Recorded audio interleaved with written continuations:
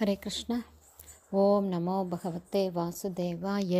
नारायणं नमस्कृत्यं नरं चैव नरोत्तमं देवीं सरस्वतीं व्यासं ततो जयम् उदीरयेत्। नष्टप्रायेषु अभद्रेषु नित्यं भागवतसेवयां भगवती उत्तमश्लोके பக்திர்பவதி நைஷ்டகி. ஹரே கிருஷ்ணா. ஸ்ரீமத் பாகவதம் ஸ்கந்தம் 9 அத்தியாயம் 1 சுகன்யை ச்யவன முனிவர் திருமணம் என்னும் தலைப்பில் பதம் 28. சோ அந்தக சமுத்ரே நகரீம் வினிர்மாய குசஸ்தலீம் ஆஸ்திதோ அபுங்க்த விஷயான் ஆனர்தாதீன் அரிந்தம தத்ர தஸ்ய புத்திர சதம் ஜக்ஞே ககுத்மி ஜேஷ்டம் உத்தமம். One by one meaning. ச ரேவதன் அந்த சமுத்திரத்தின் ஆழத்தில் நகரீம் ஒரு நகரத்தை வினிர்மாய கட்டிய பின் குசஸ்தலி என்ற ஆஸ்தித அங்கு வாழ்ந்து வந்தார்.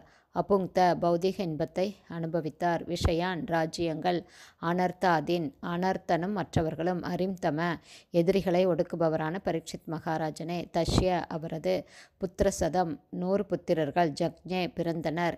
ககுத்மி ஜேஷ்டம் அவர்களில் மூத்தவரான ககுத்மி இருந்தார். உத்தமம் மிகவும் சக்தி வாய்ந்த செல்வச் சிறப்புடைய. எதிரிகளை ஒடுக்குபவரான பரீட்சித் ராஜனே, இந்த ரேவதன் சமுத்திரத்தின் ஆழத்தில் குசஸ்தலி என்ற ராஜ்யத்தை நிர்மாணித்தார்.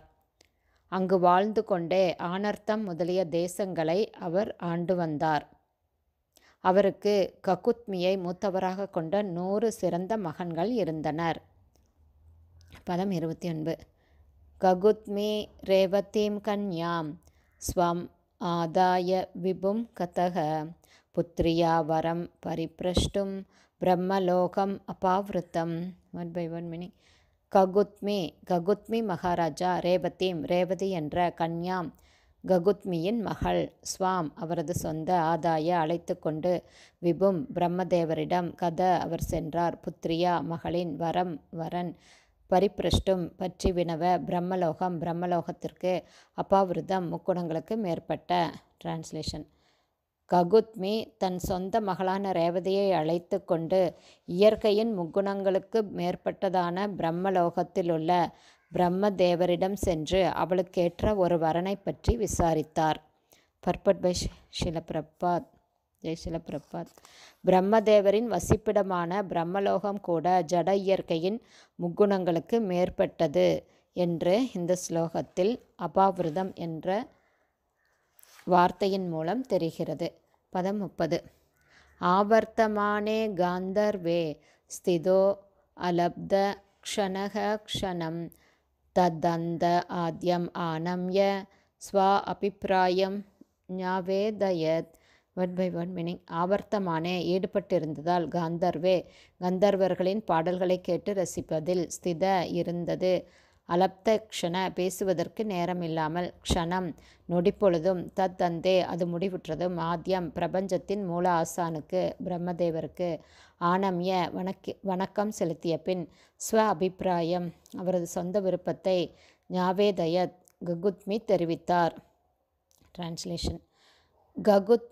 ககுத்மி அங்கு சென்றபோது பிரம்மதேவர் கந்தர்வர்களின் இசை நிகழ்ச்சிகளை கேட்பதில் ஈடுபட்டிருந்ததால் ஒரு நொடிப்பொழுது அவருடன் பேசுவதற்கு கூட அவருக்கு நேரம் இருக்கவில்லை. எனவே ககுத்மி காத்திருந்தார். இசை நிகழ்ச்சி முடிவடைந்ததும் பிரம்மதேவரை வணங்கி எழுந்த ககுத்மி தன் நீண்ட நாள் ஆசையை தெரிவித்தார். ஹரே கிருஷ்ணா. ஸ்ரீமத் பாகவதம் ஸ்கந்தம் 9 அத்தியாயம் 3 சுகன்யை ச்யவன முனிவர் திருமணம் என்னும் தலைப்பில் பதங்கள் 28, 29, 30 ஸ்ரீல பக்திவேதாந்த சுவாமி பிரபுபாதாவின் விளக்க உரை இத்துடன் நிறைவடைந்தது. ஹரே கிருஷ்ணா. குருதேவுக்கு ஜெய்.